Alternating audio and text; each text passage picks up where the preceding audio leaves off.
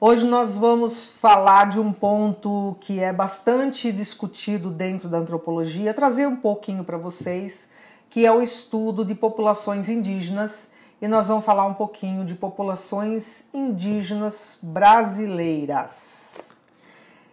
No Brasil, até meados dos anos 70, acreditava-se que o desaparecimento dos povos indígenas seria algo inevitável. Então vamos lembrar, década de 70, desenvolvimentismo, né, econômico, social, e acreditava-se dentro dessa filosofia e das ações desenvolvimentistas que a população indígena iria desaparecer.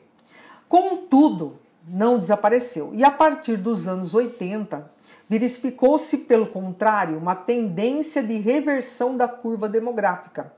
E desde então, a população indígena brasileira tem apresentado um sensível crescimento, indicando uma retomada demográfica por parte da maioria desses povos. Se não todos, uma boa parte conseguiu reverter esse quadro e se estabilizar um pouco mais demograficamente.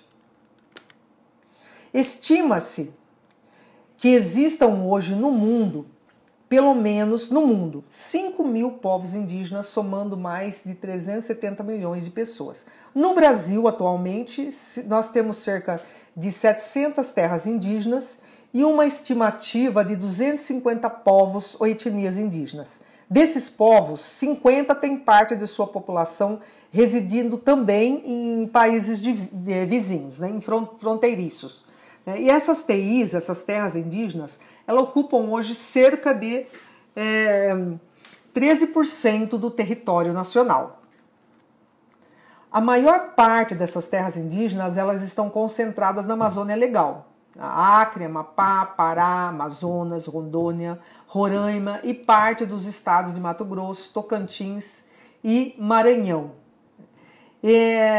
E o restante espalha-se por regiões de Nordeste, Sudeste, Sul e do Mato Grosso do Sul. Terras indígenas, vamos entender o que são. São territórios legalmente demarcados pelo Estado brasileiro que tem por obrigação protegê-los.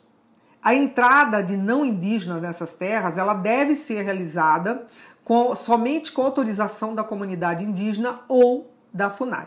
Então, é uma terra protegida por lei. Os mais de 250 povos indígenas somam, segundo o IBGE de 2010, 896.917 pessoas, mais ou menos. Desses, mais de 300 mil vivem em cidades e 500 em áreas rurais, o que corresponde a 0,47% da população total do país. Além da fronteira, a gente tem, por exemplo, os Guarani, que se estende por 5 países: Brasil, Bolívia, Paraguai, Uruguai, Argentina. Nós temos uma distribuição dos povos indígenas por vários estados brasileiros, e dados linguísticos desses povos a gente pode resumir em três grandes troncos. Então, nós temos o Tupi ou Macro-Tupi, o Macro-G e o Aruac. São os grandes troncos linguísticos e depois dentro deles tem os dialetos, tem as famílias, os dialetos que vão se desdobrando. Muitas dessas línguas, desses dialetos já foram extintos, outros têm muito pouco falantes, estão em fase de resgate. Há muitos estudos linguísticos nessa área para resgatar línguas que hoje estão com pouquíssimos falantes, mas tem uma grande diversidade aí dentro desses troncos linguísticos. Atualmente, mais de 150 línguas e dialetos são falados pelos povos indígenas, Antes da chegada dos portugueses, só no Brasil esse número devia ser próximo de 1.000.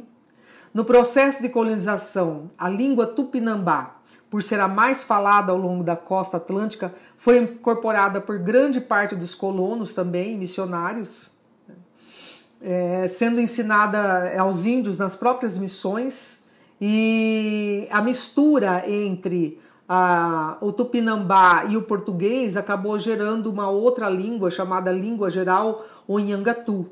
E até hoje muitas palavras de origem tupi também fazem parte do vocabulário dos brasileiros. A gente tem várias aqui para lembrar: abacaxi, amendoim, açaí, aipim, arara, caatinga, caju, capim, carijó, babaçu, beiju, caboclo, caipira, cadoa, capenga, carioca, goitacá, curi, guarani, guaratinguetá, iguaçu, Ipanema, Ipiranga e assim por aí vai. Nomes está cheio, nomes de estados como Sergipe, Piauí, né, nomes de animais como tamanduá, tatu, nome de alimento como tapioca e por aí vai. Nós temos uma influência muito grande das palavras indígenas na nossa língua.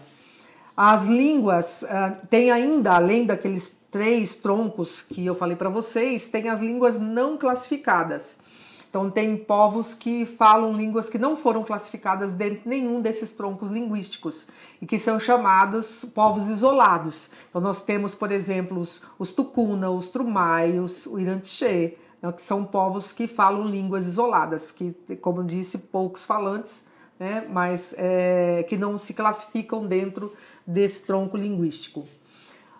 E em decorrência dessa história do contato com os não índios, muitas populações indígenas elas foram deixando sua língua então e passando a falar só o português. Mas muitas também conservam. E aí elas falam, às vezes, duas línguas, o português e a língua nativa. E com também a visitação de muitos povos estrangeiros que vêm para o Brasil, principalmente falando a língua inglesa, muitos índios falam as 3 línguas, e crianças também. Português, a língua nativa e o inglês, ou às vezes o espanhol. Então nós temos muitos troncos linguísticos, do tronco linguístico nós temos muitos dialetos, não vou falar aqui para vocês os nomes, né, mas é um material que pode ser fornecido posteriormente, para vocês conhecerem. E os povos indígenas, eles atuam, né, são também objeto de investigação nas ciências humanas, dentro da antropologia. Dentro da antropologia, o campo que estuda as populações indígenas é a etnologia indígena. E dentro da etnologia indígena a gente tem estudos sobre xamanismo, mitos, questão de gênero, educação, rituais, artesanato, economia, relação com o meio ambiente, questões legais, tudo dentro do campo da etnologia. E as populações indígenas estão aí, estão convivendo, né? Hoje a gente não tem mais essa ideia de que os povos indígenas são inferiores ou são selvagens ou têm menos conhecimento ou são menos inteligentes. Nada disso é real. Nós sabemos hoje que há povos diferentes, nem inferiores, nem superiores, diferentes. A população indígena tem um modo de vida.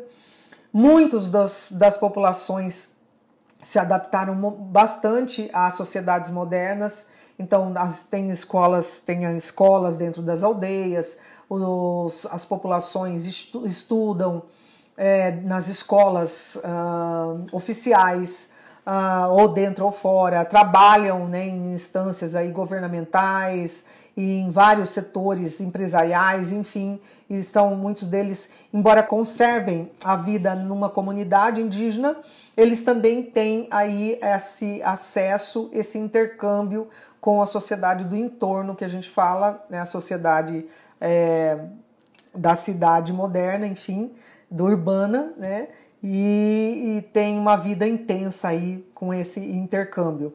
Isso causa, claro, tem seus benefícios e tem também seus malefícios, aí depende da população que você está falando e da história de cada um desses povos, ok? Mas é um campo de estudo que tem muito ainda para se aprender.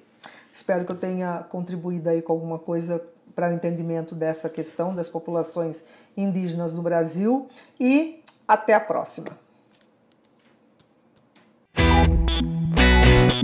Thank you.